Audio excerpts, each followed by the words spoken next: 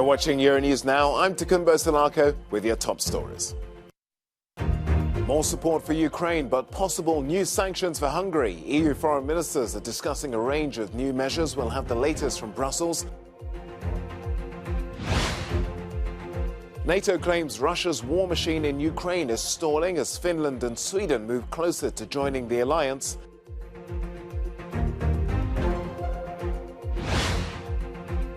And Boris Johnson renews his threat to break his Brexit deal with Brussels unless the EU backs down over the Northern Ireland Protocol.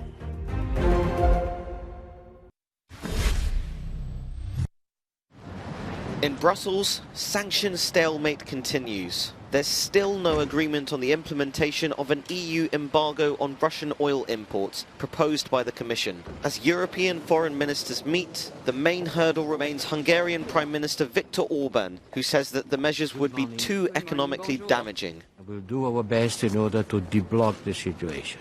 I cannot ensure that this is going to happen because the positions are quite strong. But I think that if we understand the particular situations of some member states and all of us make an effort in order to present a united front against Russia, we'll succeed. The Baltic states are among the biggest backers of the oil ban. Lithuania's foreign minister has vented his frustration with Budapest. This is how we will be remembered. Either the Union who managed to go forward and to send a very clear message to Russia, or who got stuck. And now, unfortunately, we are the whole Union is being held hostage by one member state. And it's economics that's motivating this impasse. Hungary is heavily dependent on Russian crude. It's been 10 days since the Commission proposed banning Moscow's oil imports. Orban knows that without Hungarian consent, the bloc cannot move towards the embargo.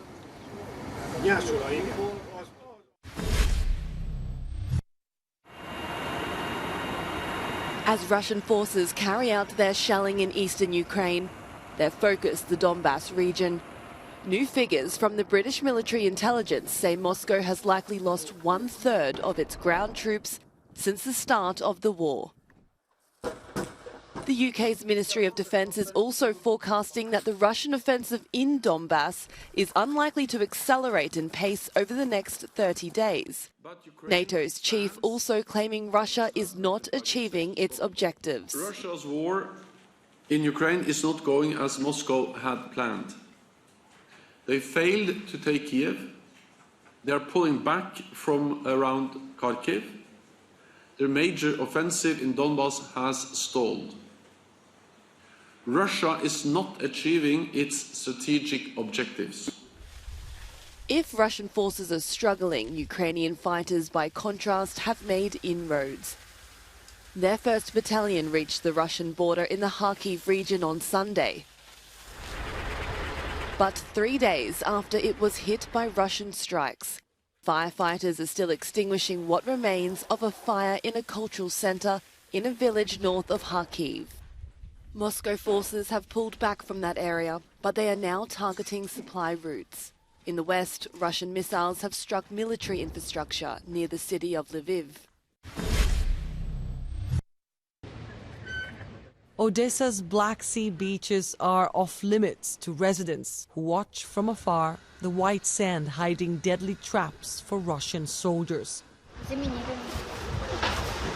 At the start of the war, the Ukrainian military planted mines here to prevent Russian landings, but many hope they will be able to enjoy the coast when summer arrives. I think people will go to the beach this year because Odessans are hard to stop when it comes to the sea. I think more people will start coming back next year. The season will resume properly next year when people will start to relax. But Russia's invasion is likely to have a lasting impact on the country's tourism industry, particularly due to the damaged infrastructure, including dozens of destroyed hotels. Hotel Jules Verne in Zatoka, to the south of Odessa, used to be rated as very good in online booking services. But look at it now. The complex was completely destroyed earlier this month when a Russian rocket fired from the Black Sea hit right next to the pool. Workers said at least 4 people were gravely injured by the strike.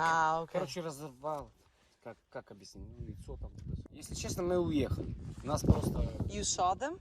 God, they say, God saved the rest of them. They went 1 day before. Ukraine's tourism sector used to be a booming industry. Some 30 million people traveled here. In 2008, those numbers went down when the conflict started in the east back in 2014. And they are now at their lowest ever, with less than 3 million people traveling here last year. Next door, a neighbor who owned a bed and breakfast said this was her livelihood. She's now out of a job and of hope. We don't have any work. The beach is mined. And this is how you live. This is how you eat. This is our lives, our money. I must feed my 3 kids, and none of us have work today. But a large number of Ukrainians will tell you the material losses are nothing compared to the feeling of betrayal by a nation many here considered part of the family. I'm afraid. I'm very afraid. It's terrible. Did you imagine that this could happen here? Were you afraid before? Вы могли себе представить, что такое может здесь произойти? No, I couldn't have imagined this. My oldest brother lives in Russia, and he told us we are Nazis. And we told him they shot at us. And he said they are not shooting here, but they are. I didn't expect this. How could I? For all our lives, Russia and Ukraine were like 2 sisters. It's horrible. Annalise Borges in Zatoka, southern Ukraine, for Euronews.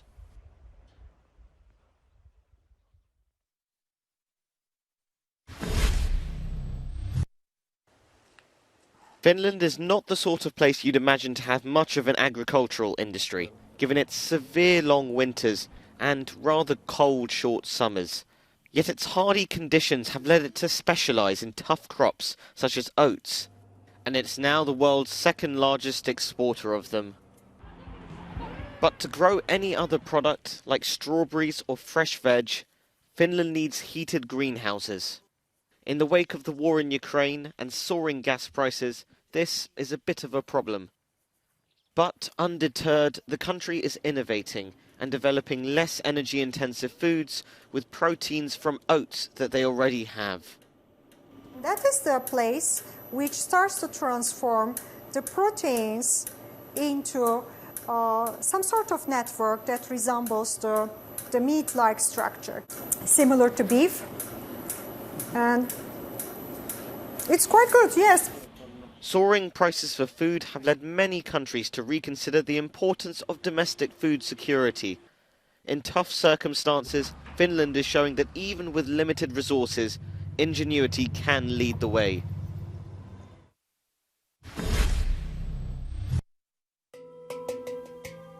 The first total lunar eclipse of the year has dazzled onlookers across the world.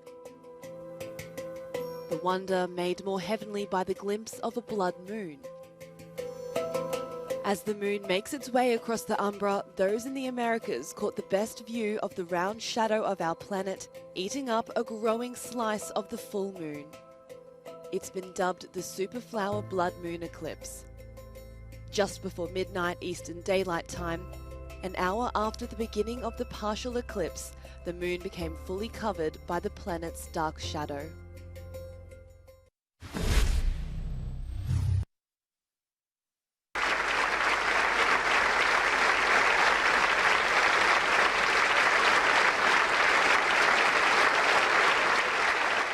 Both our countries saw the invasion of Kuwait in just the same terms.